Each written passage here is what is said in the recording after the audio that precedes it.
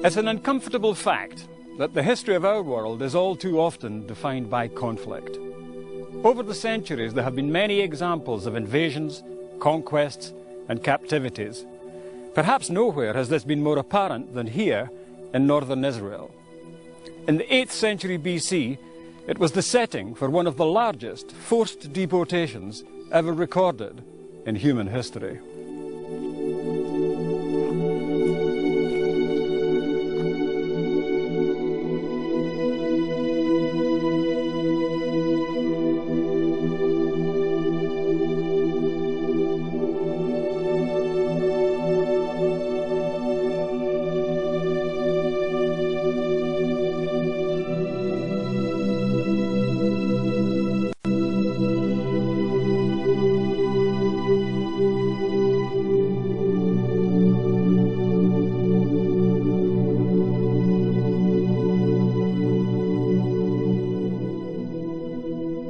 Almost 800 years before the birth of Christ, Palestine, then known as Canaan, was invaded by the armies of the Assyrian Empire. This led to the subjugation and deportation of virtually the entire Israelite population into Assyria. What happened next is the subject of our story. Following their deportation, this huge number of Israelites, taken captive by the Assyrians in the 8th century BC, became known to history as the lost tribes of Israel, not just because they lost their homeland, but also because they lost their Israelite identity.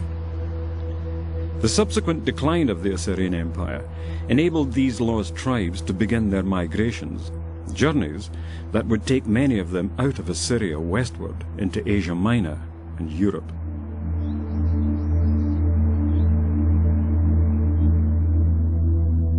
Our story follows these displaced people, who in their migrations invaded both the Caucasus region between the Black and Caspian Seas and Asia Minor.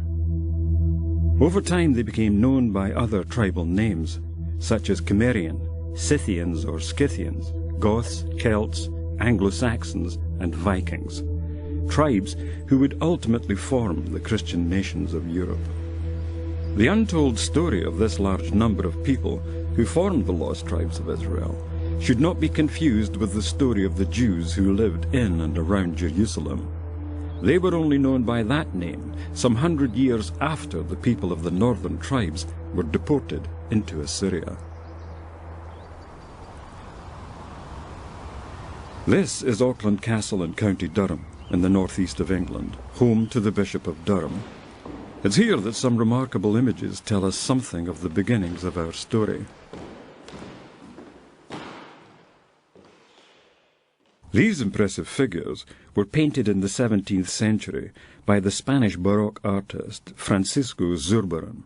They depict, in Spanish style, the biblical patriarch Jacob with his 12 sons, who gave their names to the 12 tribes of Israel. But how did these paintings, which represent characters from the Hebrew Old Testament, come to be here in a County Durham castle? Zurbarán, or Thurbarán, as some people call him, painted the pictures, the 12 tribes of Israel, and they were on their way to South America, and they were stolen by, as we believe it, British pirates on the high seas, and they then found their way back to Portugal, and at that point a British dealer bought them. And the Bishop of Durham at the time, Bishop Richard Trevor, had a particular reason to buy them. And he wanted to very much support what was sadly difficultly called the Jew Bill that was going through Parliament. And as an act of faith and an act of witness about this, he bought these Zurbarán paintings depicting the 12 tribes of Israel, and he hung them in this room, the long dining room. They tell us that the tribes of Israel, that the sons were important. They were part of our whole heritage. Christian people have a Bible which includes the Old Testament and the New Testament. The New Covenant that Jesus came to tell us about, God's New Covenant, was from the Old Covenant given to the people of Israel, the chosen people, and that they would be in God's favour. They were God's chosen ones to do his will and his work. And Jesus, we believe, came to tell God's chosen people of God's will and purpose in the New Covenant, and he did that eventually by giving up his life and dying for us. So what does the Bible tell us about Jacob and his 12 sons? Well, the Bible tells us that Jacob's name was changed to Israel. Quite a grandiose title. It means one that rules with God. Consequently, his 12 sons became the ancestors of the 12 tribes of Israel. Now, they also inherited an unconditional promise from Almighty God that their descendants would grow into a great nation and company of nations. They would spread abroad to the west and to the east, to the north and the south, that in them all the families of the earth will be blessed. And they were also given possession, title deeds, if you like, of the land of Palestine, which at that time was known as the land of Canaan. But the occupation of that land, that's the right to actually occupy it, was contingent upon them implementing in their national life the laws that were given to them by the prophet Moses. Now, each of the tribes inhabiting the land were given a portion of territory. And the territory was split between the tribes, each one except the tribe of Levi. The Levites were like the public servants of the time. They were teachers, they were scribes, they were priests, they were lawyers. Joseph's territory, however, was divided between his two sons, Ephraim and Manasseh. They were the birthright tribes. They were the ones to whom this great promise of being a great nation and a company of nations essentially applied. Now, in the course of time, the nation of Israel was divided into two distinct separate kingdoms. Israel in the north and Judah in the south. So distinctive was this separation that they each had separate monarchies, and from time to time they were at war with each other. Now, the occupation of the land, contingent upon them being obedient to the laws of God as given by Moses, they totally, miserably failed to achieve. And ultimately they were evicted from the land. They were deported into Assyria largely, and therefore they had to grow into this nation and company of nations outside of Palestine. Some of the coastal tribes, particularly Asher and Dan, along with the Phoenicians and the sea people, traded along the ancient sea routes, navigating way beyond the Mediterranean. Some of the tribe of Dan decided to move north. They only had a small parcel of land on the coast, and they were the second largest tribe. And so they captured a northern Canaanite city, and they enlarged it and named that region Dan, in memory of their forefather Dan. This is the archaeological site of Tel Dan in northern Israel. It was once a major commercial and religious centre for the Israelite tribe of Dan, who occupied this region for hundreds of years. Along with the other tribes of Israel, they had settled in this promised land of Canaan. The city of Dan was one of the places where the people of the northern kingdom of Israel engaged in the idolatrous worship of the old Canaanite gods, while the people of the southern kingdom of Judah worshipped at Solomon's temple in Jerusalem. In the 8th century BC, the Assyrians attacked.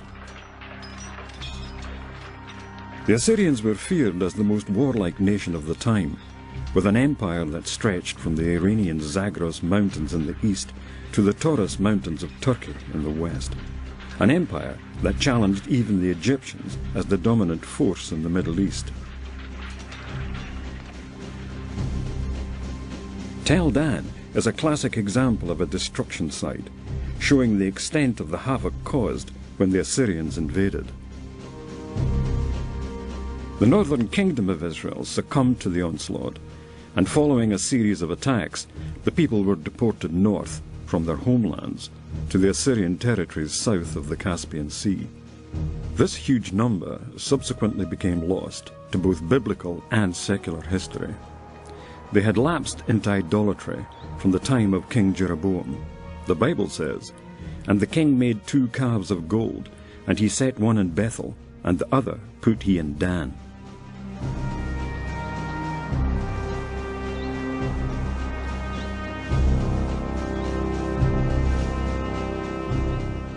Following the division of the kingdom of Solomon, King Jeroboam established a cult at Dan as an alternative to the one at the temple in Jerusalem. He placed a golden calf in the city and built a high place. This high place was originally built by King Jeroboam of Israel in the 10th century BC, but not for the worship of the God of Abraham, Isaac, Jacob, and Moses. Ultimately, this place was destroyed by the Assyrians and the people deported. In the Bible, 2 Kings 18, it says, "And the king of Assyria did carry away Israel unto Assyria, and put them in Halah and in Habor by the river of Gozan, and in the cities of the Medes, because they obeyed not the voice of the Lord their God, but transgressed his covenant, and all that Moses had commanded, and would not hear them, nor do them."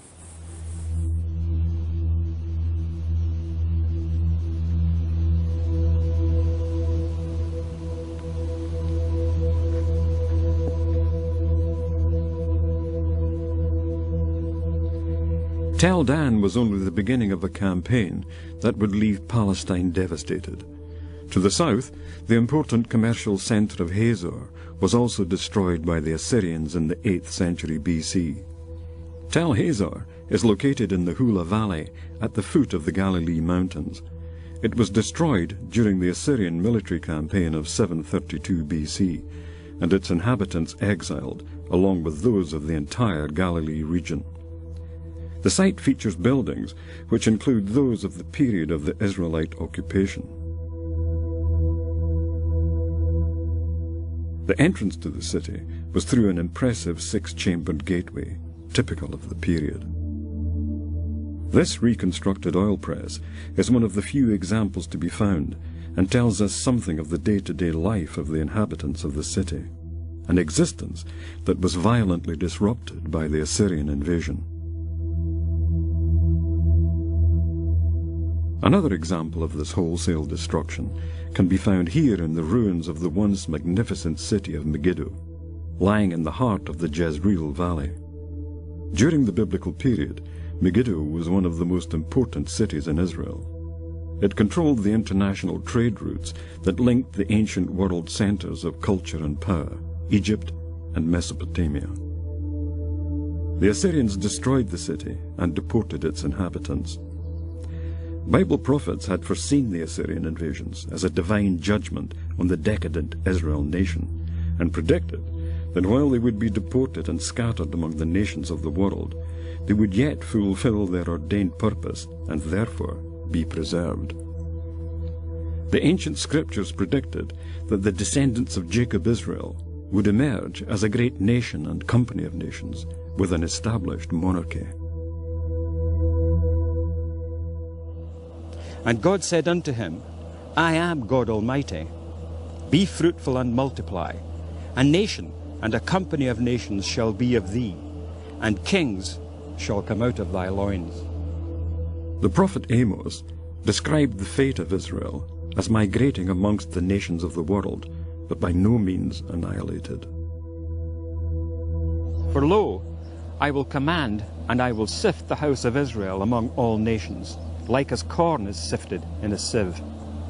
Yet shall not the least grain fall upon the earth. The prophet Jeremiah stated that Israel would continue as a nation as long as the sun, moon, and stars remained in the sky. Thus saith the Lord, which giveth the sun for a light by day, and the ordinances of the moon and the stars for a light by night, which divideth the sea when the waves thereof roar. The Lord of hosts is his name.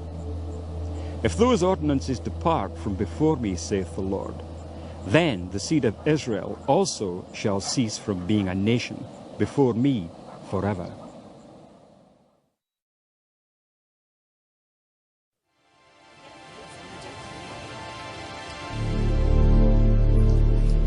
The British Museum in London holds many of the world's great archaeological treasures, including some which illustrate our story. The 19th century was a particularly fruitful time for the museum, as explorers and adventurers travelled the ancient world in search of the treasures that would help tell the story of human development. One of the sites of particular interest was the Assyrian capital, Nineveh. The British Museum holds one of the world's greatest collections of Assyrian art, providing a unique insight into the way they lived and died. This is the black obelisk of the Assyrian king Shalmaneser, found in 1852 by Austin Henry Layard in the mound at Nimrud in ancient Assyria.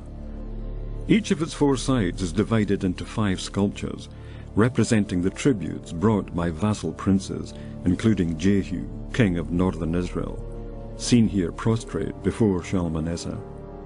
Assyriologists succeeded in reading the name of Jehu, which referred to him not as an Israelite, but as the son of Humri, a name derived from Omri, an earlier king of northern Israel. It says, "The tribute of Jehu, son of Humri, received from him silver, gold, and many treasures fit for a king." The British Museum press booklet, The Bible in the British Museum, tells us Omri had been such a prominent ruler in his day that the Assyrians referred to Israel as Bit Humri, or the house of Omri. The name Israel is not found anywhere on this obelisk, which indicates that the people of the northern kingdom had not only lost their homeland, but also their identity as Israelites. They were now the lost tribes of Israel.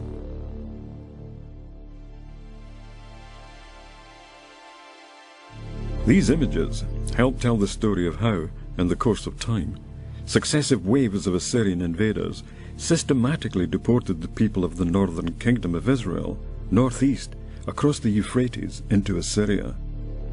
To make matters worse, not only did the Assyrians deport the people of the northern kingdom of Israel, but a later king, Sennacherib, decided to invade the southern kingdom of Judah, where, in a bitter and cruelly fought campaign, he captured many towns and cities.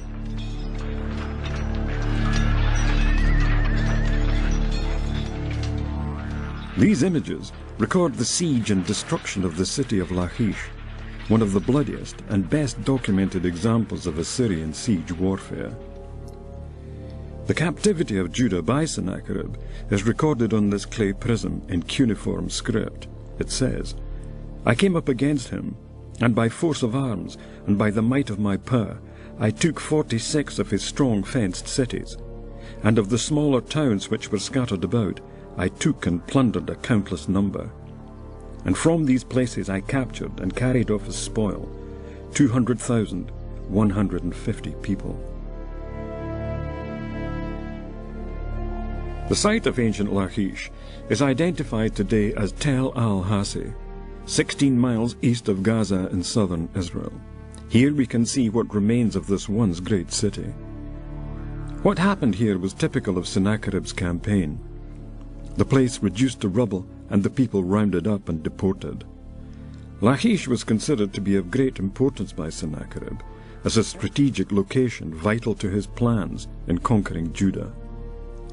This importance is highlighted by these carved reliefs, made to show the siege and battle that followed, and given pride of place in the central room of his new palace at Nineveh. They show the siege in great detail and how well developed the Assyrian war machine was. Here we see the ramp that was built to gain entry to the city, and the ranks of soldiers as they approach in ordered rows. The stone slingers and archers protected by infantry, while Sennacherib watched from this hilltop opposite. After the walls were breached, there was a pitched battle which ended in the city being set on fire. The governor was then made to kneel and surrender before Sennacherib. These acts of destruction and terror concluded the forced deportation of almost the entire population of the northern kingdom of Israel and much, if not most, of the southern kingdom of Judah. This huge number of captives never returned to their homeland.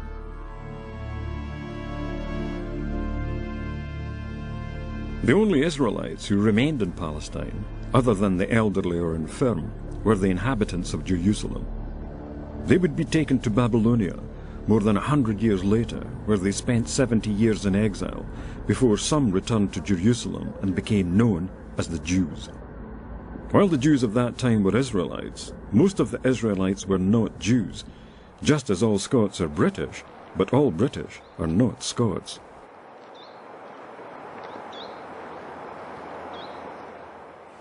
Centuries later, the Jewish historian Flavius Josephus, in his book, The Antiquities of the Jews, tells us something of the fate of the lost tribes, saying that they were beyond the Euphrates and were an immense multitude not to be estimated by numbers.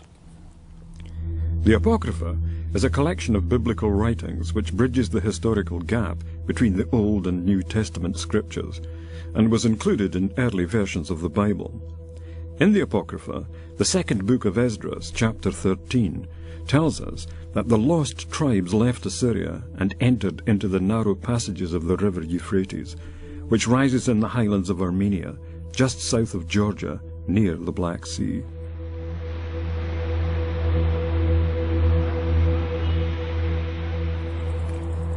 This is Tbilisi, capital of Georgia, on the banks of the river Kura. The Silk Road ran through here, giving the city great importance as a trading centre. It's also of vital strategic importance, situated south of the Caucasus Mountains, guarding the pass, which is the main route to the north.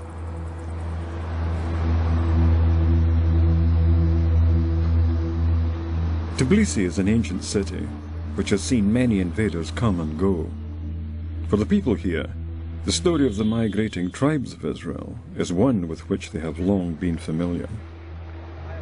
It's a common knowledge for people of Georgia to understand that Israeli tribes came some 26 centuries ago, and some of them went away, and some of them stayed here.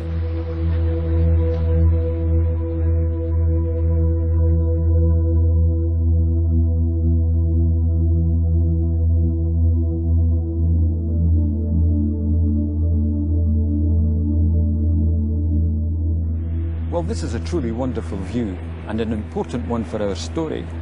For it's here that the migrating tribes who travelled up the river Kura stopped at the village of Misrata, where some of them stayed and set up home, while others continued their migration north through the pass.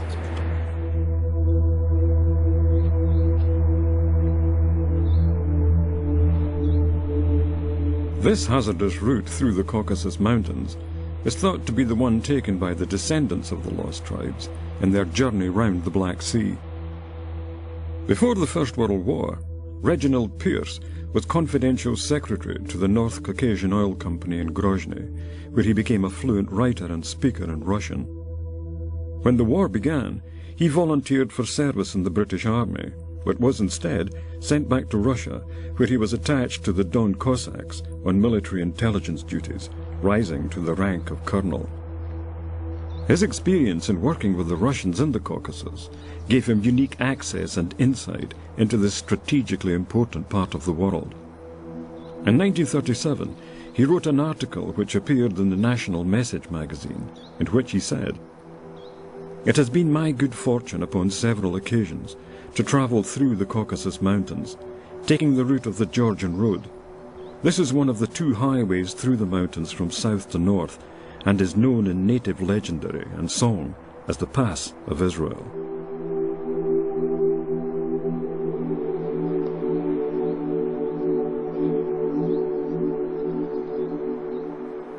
Well, after a quite dramatic ascent, here we are at the top of the mountain. This is as high as it gets. Down there is the Dariel Gorge.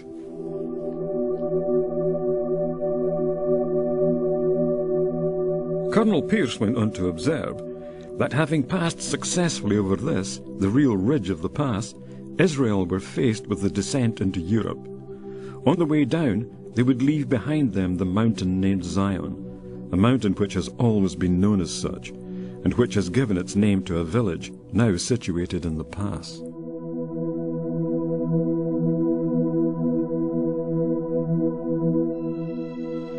Well, here I am in the Dariel Gorge, and in the village of Zion, where I'm perched rather precariously on the cliffs above the river. It was on this exact spot that the figure that can be seen in the photograph taken by Colonel Pierce all those years ago can be seen, showing Mount Zion in the background. In another article written for the National Message magazine in 1946, Brigadier General Sir Standish Crawford, on a journey through the pass, observed that the Russian car driver is a fatalist, and in Zara's days it was not an uncommon sight, on looking over a bend in the cliff, to see the wreckage of one or more cars in the abyss below until the winter floods washed them away. It is this abrupt descent by the Argarva River which is known locally as the Gate of Israel.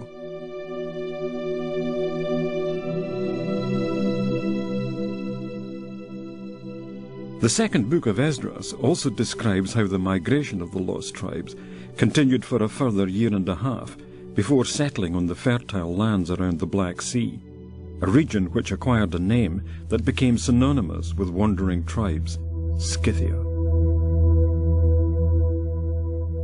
Although numerous Scythian burials have been found in southern Russia, the earliest were found at Kalermes in the Caucasus and Sakis in what is now northwest Iran. This corresponds with evidence found in contemporary Syrian texts, and is the same region to which the lost tribes of Israel were deported. The Jewish Encyclopedia outlines several theories as to the fate of the lost tribes, in particular that the identification of the Scythians with the lost tribes is because they appear in history at the same time, and very nearly in the same place as the Israelites removed by Shalmaneser. Another people related to the Scythians were the Cimmerians, who have also been identified as descendants of Israel's lost tribes.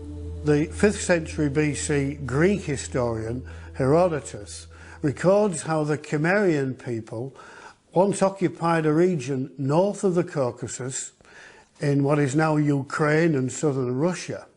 However, since archaeologists discovered the royal archives of Assyria and all the cuneiform inscriptions, we now know that the Cimmerians originated south of the Caucasus, in the very period and the very region where the northern kingdom of Israel were deported and lost from history.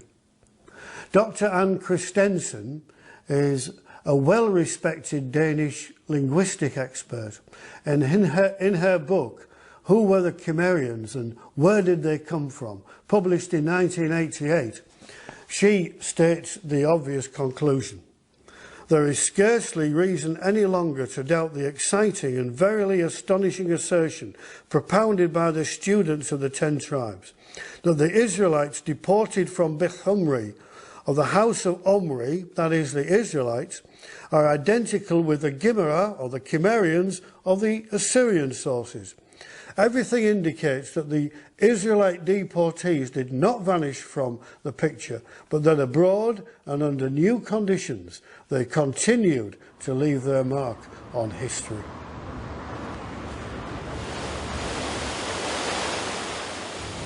The Encyclopaedia Britannica tells us that the Cimmerians invaded what is now western Turkey. So, while some of the tribes migrated through the Caucasus and across southern Russia into Europe, others travelled west through what was then Asia Minor to cross here at Constantinople, modern-day Istanbul. This is where east meets west. This ancient city occupies a unique location straddling the Bosphorus, the narrow strip of water that separates Asia from Europe. This strategically important location commanded the vital trade and military routes that bridged the continents. Many armies have passed through here, including those of the Persian king Darius in the 6th century BC, who, according to the Greek historian Herodotus, made a failed attempt to conquer the Scythians. He built a bridge of boats across the Bosphorus before leading his army north to the Danube. In the resulting battle, the Scythian cavalry and archers forced Darius to withdraw back to the Bosphorus, where he retreated into Asia, never again to attempt an invasion of Europe. This event underlined just how important this place was in crossing from one continent to another. The Cimmerians, in continuing their westward trek, would ultimately become known as Gauls and Celts. The 19th century scholar and antiquary, the Reverend Samuel Lysons, in his 1865 book, Our British Ancestors, Who and What Were They?, states that the Cimmerians, seeming to be Gauls or Celts under a different name, it is observable that the Welsh, a Celtic people, still called themselves Cymri. Not only did Old Testament prophets affirm that the lost tribes of Israel would be preserved in their migrations, the New Testament writers also recognized their continued existence and development. The Apostle James addresses his entire epistle to all 12 tribes scattered abroad. James, a servant of God and of the Lord Jesus Christ, to the 12 tribes which are scattered abroad, greeting.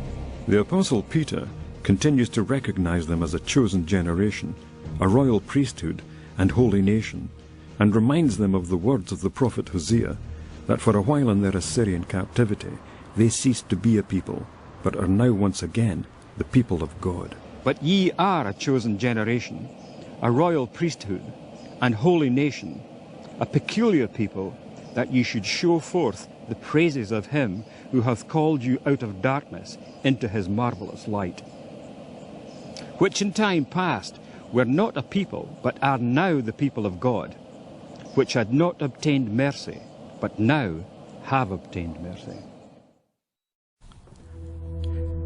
Nowhere on its long journey to the Black Sea does the river Danube look more impressive than here at Budapest, the capital city of Hungary. The Danube is the second longest river in Europe, stretching from its estuary in the Black Sea to its source in Germany's Black Forest. Widely regarded as one of the most beautiful cities in Europe, Budapest can trace its roots back to prehistoric times. It's an intriguing thought, as some scholars have suggested, that the Israelite tribe of Dan incorporated their name into some of the geographical features they encountered on their travels. Starting with Tel Dan in Israel, and in the course of their migrations, the great rivers, the Dnieper, the Don, or even the Danube. Running through the heart of the continent, the Danube has provided a readily available route for armies and all manner of travellers over many centuries, including the lost tribes as they moved westward across the continent. Heroes' Square bears testimony to Hungary's turbulent past, with the 7 mounted horsemen representing the chieftains of the Magyar tribes who founded the Hungarian people in the 9th century. If it is the case that the lost tribes of our story are represented by the Scythians, their presence in the region of the Danube is recorded by an impressive collection of artifacts held here in the Hungarian National Museum.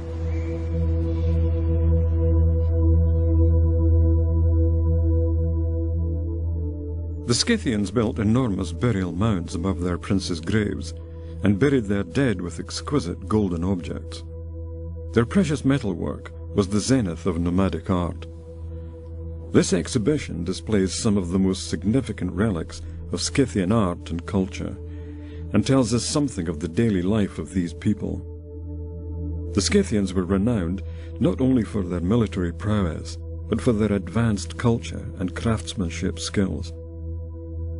They also developed organized communities and a sophisticated network of trading relationships, particularly with the aspiring Greek city-states. The Danube was to provide the artery that would take the Scythian tribes into the heart of Europe.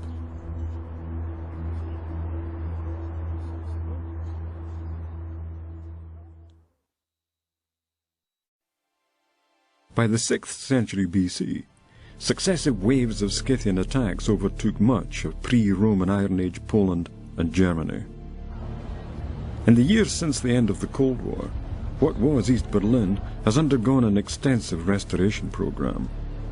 The Brandenburg Gate is the architectural icon, not just for the city itself, but for the German people. The city centre has been returned to its former grandeur.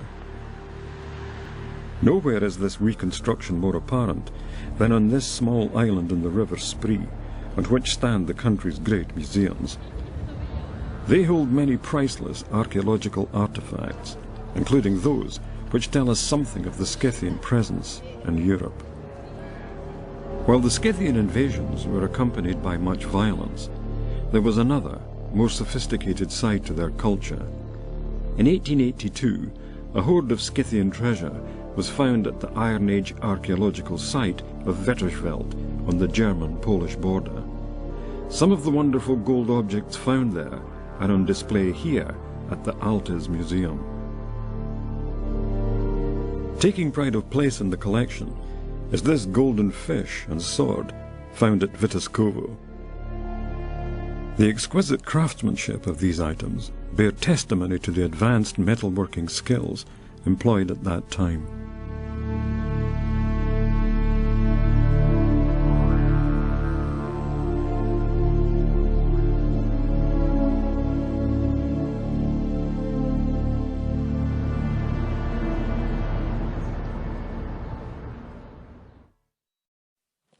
Historians claim that the Scythians were the ancestors of the Anglo Saxons who invaded Britain after the Roman withdrawal. The historian Sharon Turner, in his History of the Anglo Saxons, says, "The Anglo Saxons, Lowland Scots, Normans, Danes, Norwegians, Swedes, Germans, Dutch, Belgians, Lombards, and Franks have all sprung from that great fountain of the human race, which we have distinguished by the terms Scythian, German, or Gothic." The Roman historian Tacitus and the geographer Ptolemy name the river Elbe in the lower half of the Jutland Peninsula as the places inhabited by the Angles and Saxons before they came to Britain. It's also interesting to note that the British historian Nennius, in his account of the arrival of Hengist and Horsa in England, states that messengers were sent to Scythia for reinforcements. It is therefore possible to trace our Anglo-Saxon ancestors back not only to northern Europe, but to South Russia, and finally to Media, where the Israelites were placed in captivity. In AD 410, the Roman Emperor Honorius withdrew from Britain with his legions, leaving the country at the mercy of invaders from Western Europe. With the departure of the Romans from Britain in the 5th century AD, the door was left open for the coming of the Anglo-Saxons. One of the first places they landed was here on the east coast of England, in what is now the county of Suffolk. Just a short distance from here is the archaeological site at Sutton Hoo, significant as one of the most important historical finds ever made in Britain. It marks the point at which the descendants of the lost tribes arrived on our shores, after a journey that had taken them hundreds of years and thousands of miles.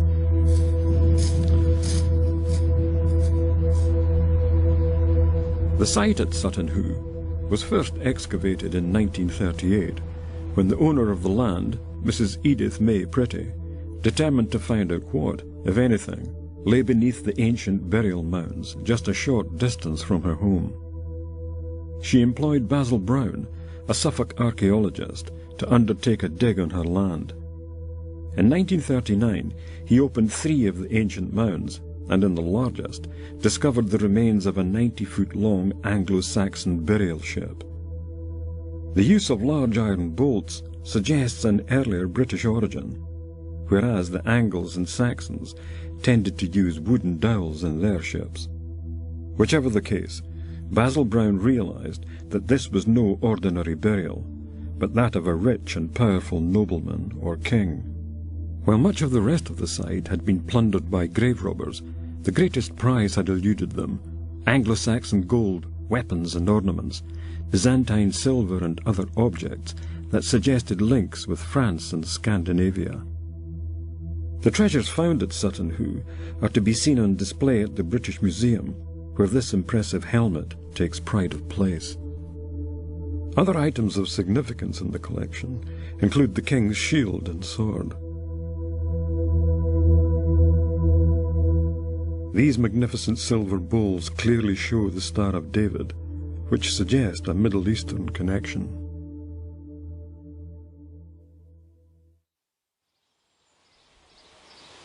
Eskimo Church in County Durham in the northeast of England is one of the oldest, most complete Saxon churches in Britain.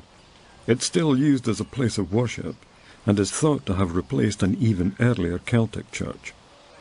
It was built from stones taken from the nearby Roman fort at Binchester and bears witness to the very rapid conversion of the Anglo Saxons to the Christian faith. All the other Saxon churches have been utilised as barns or houses. This one has remained practically the same, apart from having a few extra windows put in the 19th century. And it was very important because it was built on a pagan site. Churchyard is round. We've got a sundial on the outside wall, which is two pagan gods, the god of the world and the god of the sea, that were worshipped here before Christianity spread. The native British came to be made up not only of the Cimmerian Celts and Scythian Anglo Saxons, but also Vikings and Normans. Anthropologists such as E.A. Freeman of Trinity College, Oxford, in his Origin of the English Nation, describes the native Britons as a union of various tribes of the same stock, which passed over from the old Teutonic mainland to grow up as a new people. In this film, we've presented the case for the identity of the lost tribes of Israel and their migrations across Asia Minor and Europe from their captivity in Assyria. As predicted by biblical prophets, this brought them to the new promised lands in Europe. The promises made to their patriarch Jacob are also fulfilled, with further migrations west into America, east into Australasia, north into Canada, and south into Africa. These countries, with their common law, based upon the biblical commandments, have inherited in their heraldry symbols which were once the property of ancient Israel.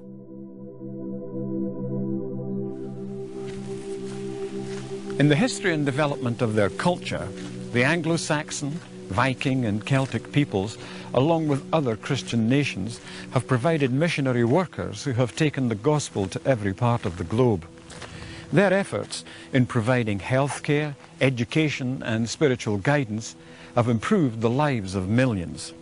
Over 2 centuries, the work of the missionaries, however imperfect, remains a powerful witness for the Christian faith throughout the world.